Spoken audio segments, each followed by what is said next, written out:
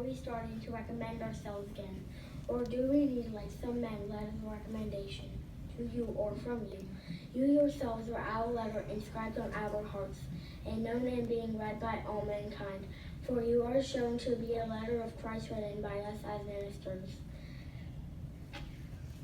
Inscribed not with ink, but with the Spirit of a living God, not on stone tablets, but on fleshly tablets, on hearts.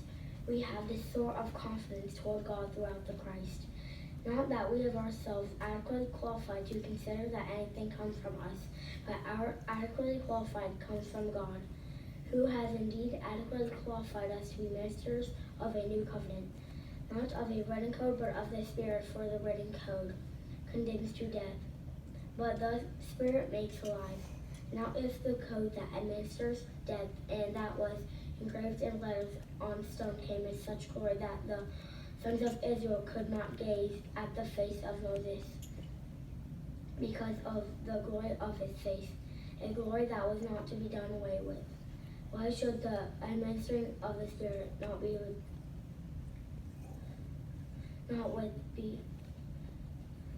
even greater glory? For if the code that administering condemnation was glorious, how much more glorious would be the administering of righteousness? In fact, even what had once been made glorious has been stripped of glory, because of the glory excels it. For if what was to be done away with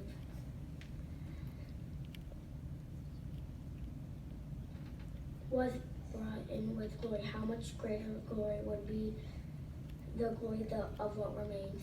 Since we have such a hope, we are using great freeness in speech, and not doing what Moses did when he would put a veil over his face, so that the sons of Israel might not gaze intently at the end of what was to be done away with. But their minds were dulled. For to this present day, the same veil remains unlifted when the old covenant is read, because it is taken away only by means of the Christ. In fact, to this day, whenever Moses is read, a veil lies upon their hearts. But when one turns to Jehovah, the veil is taken away.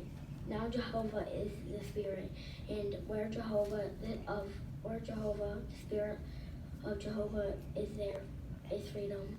And all of us, while we with unveiled faces reflect like mirrors the glory of Jehovah, are transformed into the same image from one degree to another, exactly as it is done by Jehovah the Spirit.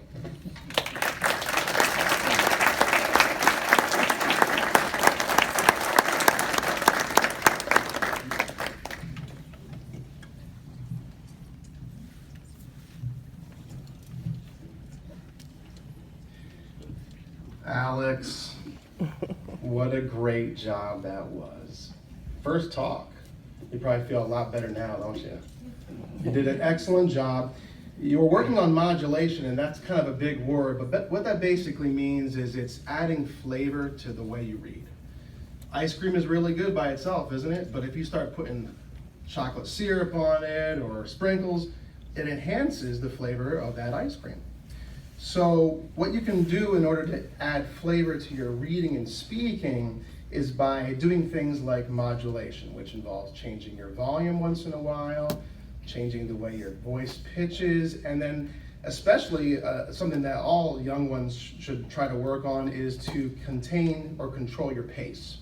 That's a big challenge for young ones because they think very quickly and they tend to read very fast. But it's worth the effort, because the slower you read, the more people are going to pay attention, the more they're going to get out of your reading. And of course, we don't want to go down to a slow crawl where it's so exaggeratedly slow. But what we want to do is have a nice reading that sounds like a conversation. It ends up leaving an impression on an individual. Now, we watched you stop at certain periods and commas. Notice you took your breath a couple times there, and that really helps not only your audience to hear what you're reading, but it also helps you to relax a little bit. You're going to have plenty of opportunities for more practice on modulation. there's 2 more aspects of it that you're going to get into as you become a more proficient reader in the congregation. So thank you very much for that wonderful first reading. Okay, before we get on to our second student